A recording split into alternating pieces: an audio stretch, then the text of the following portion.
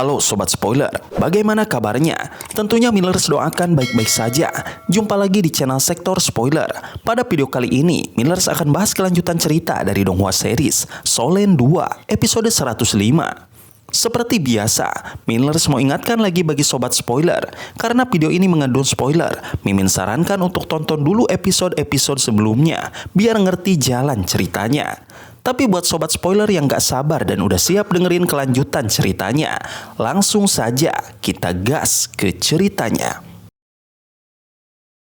Di episode sebelumnya, pertarungan antara kekuatan es dan api berlangsung dahsyat saat Huo Yuhao berusaha menyelamatkan Ma Xiaotao dari kegelapan yang menguasainya. Meski tubuhnya terluka parah, Yuhao tetap bertahan dengan kekuatan es yang diwarisi dari 3 ratu es legendaris. Perlahan, kekuatan jahat yang membelenggu Xiaotao mulai memudar dan kesadarannya kembali. Xiaotao yang dibebani rasa bersalah karena masa lalunya di gereja Roh Kudus akhirnya mulai menerima bantuan Yuhao untuk kembali menjadi dirinya yang sejati. Sementara itu, Yuhao dan timnya menyusun rencana untuk menyelamatkan para sandera yang diracuni di penjara air. Dengan ilmu dari catatan kuno dan bantuan Susansi, Yuhao berhasil menciptakan penawar racun. Bersama Xiaotao yang mulai pulih dan strategi yang cermat, mereka memberikan secerca harapan bagi para tawanan. Dukungan komunikasi spiritual dari Yuhao menjaga koordinasi dan semangat tim selama misi yang sangat beresiko ini. Hubungan antara Yuhao, Xiaotao dan rekan-rekannya semakin erat di tengah tekanan dan ancaman dari pihak musuh. Mereka sadar bahwa pertarungan ini bukan sekedar adu kekuatan, tetapi juga perjuangan untuk membebaskan jiwa, menyalakan harapan, dan mempertahankan nilai persahabatan. Di balik bahaya yang mengintai dan kegelapan yang belum sepenuhnya sirna, mereka harus melangkah maju untuk menantang kekuasaan gereja Roh Kudus dan menyelamatkan para sandera yang tertindas. Nan Qiuqiu awalnya menentang rencana Yuhao, namun akhirnya luluh setelah diyakinkan untuk tidak bertindak gegabah. Setelah mencapai kesepakatan dalam misi, mereka pun akhirnya berpisah. Yuhao menyelinap ke gang gelap, sementara He Cheito memulai serangan besar. Serangannya memicu alarm di seluruh kota matahari terbit, menandakan awal dari pertempuran sengit. Pasukan musuh mencoba mempertahankan kota dengan teknologi jiwa mereka, tetapi ledakan demi ledakan dari serangan He Cheito mengguncang pertahanan mereka. Dalam kekacauan itu, misi penyelamatan yang penuh harapan dan bahaya pun dimulai. Di episode selanjutnya, dalam suasana genting, langit yang gelap tiba-tiba dipenuhi cahaya ledakan dari alat jiwa yang membuat wakil kapten kekaisaran Matahari Bulan menunjukkan ekspresi jijik. Namun, rasa jijik itu berubah menjadi ketegangan ketika alarm berbunyi nyaring, menandakan adanya ancaman serius. Alat jiwa udara yang biasanya menjadi andalan mereka tidak bisa digunakan, memaksa sang wakil kapten bergegas menuju pusat kendali untuk mengaktifkan semua pertahanan yang tersedia. Serangan mendadak ini ternyata adalah bagian dari rencana matang Huo Yuhao dan He Cheito, dua tokoh penting dari Akademi Shrek. Dengan kekuatan meriam busur silang ilahi, mereka meluncurkan 180 berkah cahaya ke langit dalam gelombang serangan mematikan. Tembakan meriam jiwa ini begitu kuat hingga tak memerlukan pengisian tenaga ulang selama amunisinya masih ada. Kekuatan mereka memanfaatkan kelemahan sistem pertahanan lawan yang terlalu bergantung pada alat pengintai udara. Gelombang serangan pertama menetapkan jalur, lalu disusul gelombang kedua sebagai serangan utama yang diarahkan langsung ke kota utara. Detektor jiwa musuh hancur tak bersisa, sementara gelombang ketiga menghantam sisi timur dan barat tembok kota, menimbulkan ledakan dahsyat yang mengguncang tanah hingga terdengar ke kota Radian. Para komandan kekaisaran Matahari Bulan panik dan segera mengaktifkan alat pengintai cadangan, menyadari bahwa mereka benar-benar buta akan pergerakan musuh. Ketegangan memuncak ketika alat jiwa kelas 8 yang dirancang khusus untuk menghancurkan sistem pertahanan kuat berhasil menyusup ke inti front militer. Ledakan besar pun terjadi, mengubah kota utara menjadi lautan cahaya emas, menghancurkan semua penghalang jiwa yang tidak sempat diaktifkan. Tembok kota timur dan barat juga runtuh akibat hantaman 90 meriam jiwa lainnya. Di sisi lain, He Cheito merasa berat hati karena sebagian besar alat jiwa mahal harus dikorbankan dalam serangan ini. Di tengah kekacauan itu, Ma Xiaotao dan dua tetua lainnya segera terbang menuju kota utara untuk mempertahankan penjara air yang sangat penting. Namun tanpa mereka sadari, Huo Yuhao telah menyelinap keluar dari kota, memanfaatkan kehancuran sistem pengawasan.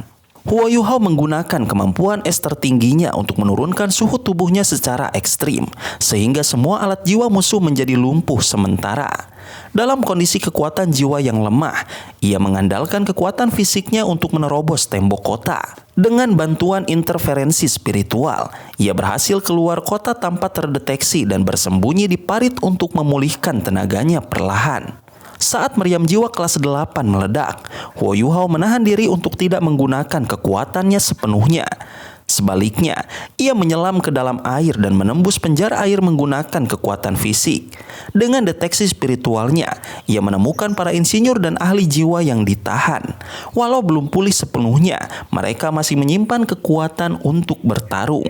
Bersama putri salju yang muncul dari tubuhnya, Huo Yuhao membekukan parit dan memutus aliran air. Dengan satu ayunan cakar teror emas gelap, ia membuka penjara tanpa suara. Es tertinggi yang digunakannya sangat presisi, membekukan air tanpa menyebarkan hawa dingin berbahaya keluar. Setelah memasuki penjara air, Huo Yuhao menyelimuti area dengan kekuatan spiritualnya. Ia sengaja menghindari tempat Zong bersaudara dan para penjaga, hanya memberi sinyal samar pada para sandera. Para tawanan yang telah lama menderita mulai bersiap. Kekuatan mereka perlahan bangkit, menanti waktu pembalasan tiba. Sementara itu, pasukan penjaga di tembok kota selatan panik melihat suhu mendadak turun dan alat jiwa mereka rusak. Komandan segera menyadari bahwa ada serangan dari guru jiwa kuat. Di penjara, Putri Salju menyatu kembali dengan Huo Yuhao. Dengan 5 cincin jiwa merah, Huo Yuhao muncul dari air dan memulai serangan besar. Ledakan es dahsyat menghancurkan parit dan mengguncang tembok kota. Penjara pun runtuh saat para sandera menyerang para penjaga dengan kekuatan penuh. Zong bersaudara kaget melihat gelombang serangan dari ratusan ahli jiwa, termasuk guru dan pemimpin kuat yang kini melampiaskan kemarahan mereka. Di luar kota, Susansi dan pasukannya memantau situasi. Saat ledakan terjadi di selatan, pasukan musuh mulai kacau dan bergerak. Susansi memberi isyarat kepada Ji Juechen dan Jing Zian untuk memulai langkah berikutnya. Mereka menggunakan alat jiwa canggih dan teleportasi untuk menyusup ke tengah pasukan musuh. Dalam kekacauan pertempuran, Ji Juechen menyerbu dengan pedang penghakiman yang mematikan, menghancurkan alat-alat jiwa dan barisan musuh. Jing Zian mendukung dengan perlengkapan strategisnya, dan Susansi memimpin pergerakan menggunakan cermin jiwa dan perisai Xuanwu. Benteng medan tempur otomatis yang dikendarai Jing Zian berubah menjadi mesin perang menakutkan. Begitu mode serang diaktifkan, lebih dari 100 meriam melepaskan tembakan mematikan tanpa perlu tenaga dari penggunanya. Dengan sokongan puluhan botol susu kelas 5, benteng itu bisa bertempur selama berjam-jam tanpa henti, membuat pasukan lawan kocar-kacir. Para insinyur jiwa yang menjaga posisi pun terpaksa melarikan diri dari hujan peluru yang membabi buta. Di sisi selatan kota, pertahanan dijaga oleh ratusan insinyur jiwa berlevel tinggi. Namun perhatian mereka tersedot saat 2 insinyur kelas 7 ditarik untuk memperkuat bagian lain. Serangan gabungan dari benteng medan dan penggila pedang memicu kekacauan, membuat pasukan musuh kehilangan arah.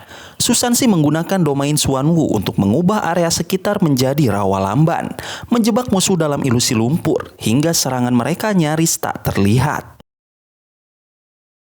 Sementara itu, Huo Yuhao dan rekan-rekannya bergerak cepat menyelamatkan para sandera yang selama ini terkurung di penjara air. Setelah disegarkan dengan obat dan kekuatan jiwa, para sandera melampiaskan dendam mereka dengan menyerang para penguasa roh jahat yang lebih lemah. Saudara Zong mencoba melawan, tapi kekuatan para tuan jiwa sekutu Huo Yuhao terlalu besar. Kemenangan tampak mustahil bagi pihak musuh. Huo Yuhao memutuskan untuk tidak menghadang saudara Zong karena misi utama adalah menyelamatkan sandera. Dengan tenang, ia membuka jalur pelarian di tembok kota menggunakan kekuatan spiritual dan teknik cakar emas legendaris. Di tengah serangan dari 50 insinyur jiwa, Huo Yuhao tampil sebagai pengendali medan perang. Ia membekukan bom yang dilemparkan ke arahnya dan membuat dirinya menghilang lewat interferensi spiritual. Musuh kehilangan fokus dan arah, terjebak dalam kebingungan, sementara ia mengatur strategi dengan deteksi spiritual yang luar biasa akurat. Para sandera dibagi dalam formasi tempur strategis dan mulai menyerang. Para insinyur jiwa Kekaisaran Matahari Bulan panik, kehilangan komando dan tak mampu memanfaatkan keunggulan alat jiwa mereka. Di tengah koordinasi Huo Yuhao, barisan para tuan jiwa menyerbu dengan kekuatan penuh, menumbangkan lawan tanpa kehilangan satu orang pun. Namun, ancaman baru muncul dari arah utara kota. Ledakan besar menandai kedatangan pasukan bantuan dari kota Radian. Bom jiwa yang dipasang oleh Jing Ziyan dan He Cheito menjadi penghalang sementara, memberi waktu bagi para sandera untuk menembus pertahanan terakhir di selatan kota. Huo Yuhao memerintahkan mereka menyerang habis-habisan sebelum kembali terbang ke kota. Dengan kota yang kini dipenuhi bahaya, Huo Yuhao sadar bahwa menyelamatkan Nan Sui Sui dan rekan-rekan lainnya jauh lebih penting daripada sekedar misi pelarian. Huo Yuhao melayang tinggi di udara menggunakan alat jiwa tipe terbang sambil mengaktifkan kemampuan imitasi. Awalnya, segalanya terasa tenang, tapi begitu ia mencapai ketinggian 500 meter, pemandangan mengerikan di utara membuat hatinya berdegup kencang. Ia melihat ratusan sosok berseragam biru gelap, pasukan elit Kekaisaran Matahari Bulan, tangan pelindung bangsa. Kehadiran mereka menjadi pertanda bencana besar karena kekuatan mereka jauh melampaui pasukan biasa. Pasukan elit ini bukan sembarangan. Tiap anggota memiliki kekuatan sekelas leluhur jiwa dan dipimpin insinyur jiwa kelas 9. Dengan kemampuan menyerang dan bertahan yang luar biasa, serta mobilitas tinggi, mereka sangat berbahaya, terutama jika mengejar para sandera yang baru saja melarikan diri. Huo Yuhao menyadari waktu mereka sangat terbatas. Sinyal dari He Cheito mengalihkan perhatian Huo Yuhao. Mereka bertemu di dekat gerbang kota, dan Cheito menjelaskan bahwa alat pengintai musuh telah dihancurkan, menandakan pasukan cadangan mulai digerakkan. Huo Yuhao segera menyuruh Cheito menyusul yang lain, sementara dirinya beralasan akan mencari Nan Chiu Chiu. Namun, sebenarnya ia mengaktifkan deteksi spiritual tingkat penuh untuk memantau langit dan menghalau mata-mata musuh. Di sisi lain, Ma Xiaotou marah besar. Ia memarahi saudara-saudara Zong karena gagal menjaga para sandera. Setelah menyaksikan kehancuran akibat meriam jiwa kelas 8 dan kekacauan di seluruh penjuru kota, ia kembali ke tempat sandera hanya untuk mendapati mereka telah melarikan diri. Meski diberi alasan bahwa bubuk penghapus jiwa sudah digunakan, kenyataan berkata lain. Para sandera pulih lebih cepat dari yang diduga. Sadar bahwa ini adalah momen krusial, Penatua ketiga mengusulkan pengejaran segera sebelum tubuh para sandera sepenuhnya pulih. Ma Xiaotou bersama para penatua dan saudara Zong bergerak ke selatan. Tapi mereka terkejut mendapati lokasi yang sepi tanpa jejak pelarian, padahal waktu yang berlalu belum 15 menit. Mereka tidak tahu bahwa Huo Yuhao dan Susansi telah melancarkan tipu muslihat mematikan dari dalam. Para sandera ternyata telah menyerang balik menggunakan teknik teleportasi, menghancurkan penjagaan dari dalam dan melarikan diri ke berbagai arah. Di tengah medan terbuka yang mengelilingi kota matahari terbit, upaya pelarian dilakukan dengan alat jiwa tipe terbang yang telah disiapkan Akademi Shrek. Meskipun sederhana, alat ini cukup membantu para sandera kabur menuju pelabuhan yang telah disiapkan. Rencana ini berhasil berkat perencanaan matang dan eksekusi cepat. Huo Yuhao menggunakan strategi pengecohan dan teknik ledakan es untuk membuka jalan. Dengan bantuan Susansi, mereka menyelesaikan seluruh operasi dalam 15 menit. Para musuh tak mampu merespon tepat waktu karena pasukan mereka terpencar menghadapi serangan dari berbagai arah. Namun ancaman belum usai. Legiun Insinyur Jiwa Tiran Jahat muncul mengepung wilayah yang ditinggalkan. Ketegangan memuncak saat Ma Xiaotou turun tangan dan menunjukkan kekuatan menakutkan hingga melelehkan alat jiwa musuh. Tapi perintah dari atas menghentikan potensi konflik. Menyadari Ma Xiaotou adalah tokoh penting dalam agama sekte. Dengan itu, pasukan Tiran Jahat membagi kekuatan mereka untuk mengejar para pelarian. Tapi perintah dari atas menghentikan potensi konflik, menyadari Ma Xiaotou adalah tokoh penting dalam ajaran agama mereka. Dengan itu, pasukan Tiran Jahat membagi kekuatan mereka untuk mengejar para sandera. Sementara itu, Ma Xiaotou sadar kekacauan yang ia ciptakan memberi waktu emas bagi Huo Yuhao dan timnya untuk meraih harapan kebebasan. Ma Xiaotao dengan tegas mengambil kendali situasi setelah menilai keadaan. Dia memutuskan membawa saudara-saudara Zong bersamanya, sementara dua tetua gereja Roh Kudus ditinggalkan karena sulit dikendalikan. Meskipun belum tahu di mana Huo Yuhao berada, Ma Xiaotao mengira dia sudah meninggalkan kota matahari terbit sesuai rencana. Dengan energi jahat yang masih tersisa dalam tubuhnya, dia memperkirakan masih punya waktu sekitar seminggu selama tidak terlibat pertempuran besar. Tanpa disadari Ma Xiaotao, Huo Yuhao sebenarnya masih berada di kota. Kepergiannya bersama saudara Zong pun tidak dihalangi oleh para penguasa roh jahat lainnya yang menyadari kesalahan mereka dalam menjaga para sandera. Dua tetua yang ditinggalkan merasa tidak puas, menyadari bahwa mereka sengaja disingkirkan. Mereka pun merencanakan untuk segera melapor ke wakil pemimpin gereja. Saat itu, muncul sosok berpakaian hitam bernama Wu Yu, saudara kembar Wu Yun yang telah tewas. Dengan mata merah membara oleh amarah, Wu Yu meyakinkan pelaku pembunuhan saudarinya masih berada di kota. Wu Yu terbang menuju kota bersama dua tetua dan 100 anggota legiun tiran jahat, menambah kekacauan di kota matahari terbit. Kota itu sudah dalam kondisi mencekam akibat ledakan dan serangan sebelumnya. Di tengah suasana tegang itu, Huo Yuhao menyelinap melalui bayangan menuju tempat persembunyian Nan Qiu Qiu. Ia mengonfirmasi bahwa para sandera telah diselamatkan dan kini dalam perjalanan keluar dari wilayah berbahaya. Dengan dukungan Akademi Shrek dan berbagai sekte besar, operasi penyelamatan berjalan lancar. Kapal pun telah menunggu di pelabuhan untuk membawa para sandera kembali ke benua Doulou. Fokus utama Huo Yuhao kini adalah menyelamatkan ibu Nan Qiu Qiu, Nan Sui Sui. Bersama Qiu Qiu yang menyusup ke halaman tempat sang ibu ditawan. Lewat deteksi spiritual, ia memastikan area aman sebelum masuk ke dalam. Huo Yuhao dan Nan Qiu Qiu membagi tugas. Ia akan mengatasi dua roh jahat di dalam ruangan, sementara Qiu Qiu menghadapi dua leluhur jiwa di halaman. Ketegangan meningkat saat Nan Qiu Qiu melihat sosok musuh yang mengeluarkan bau busuk dan asap hijau. Ia tetap waspada, menunggu sinyal dari Yu Hao. Di dalam rumah, dua tuan roh jahat sedang mabuk dan asyik bercanda. Namun, dalam sekejap mereka dibunuh oleh Yu Hao tanpa sempat melawan. Setelah keadaan aman, Yu Hao memberi sinyal dan membuka jalan menuju ruang bawah tanah tempat Nan Sui Sui ditahan. Yang mengejutkan, ruang penahanan itu tampak seperti kamar mewah. Nan Sui Sui duduk di sana dalam keadaan telanjang.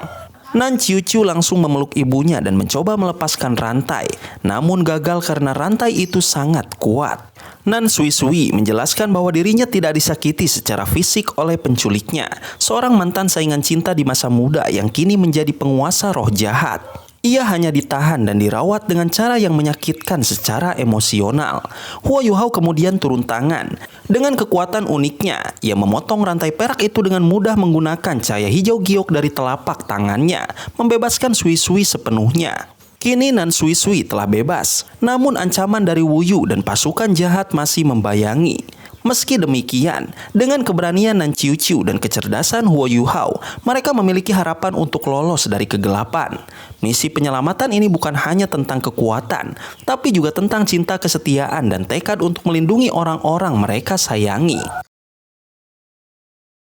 Sobat spoiler, itulah spoiler dari Donghua series Solen 2 episode 105. Tentunya spoiler ini tidak akan sama persis dengan episode sesungguhnya.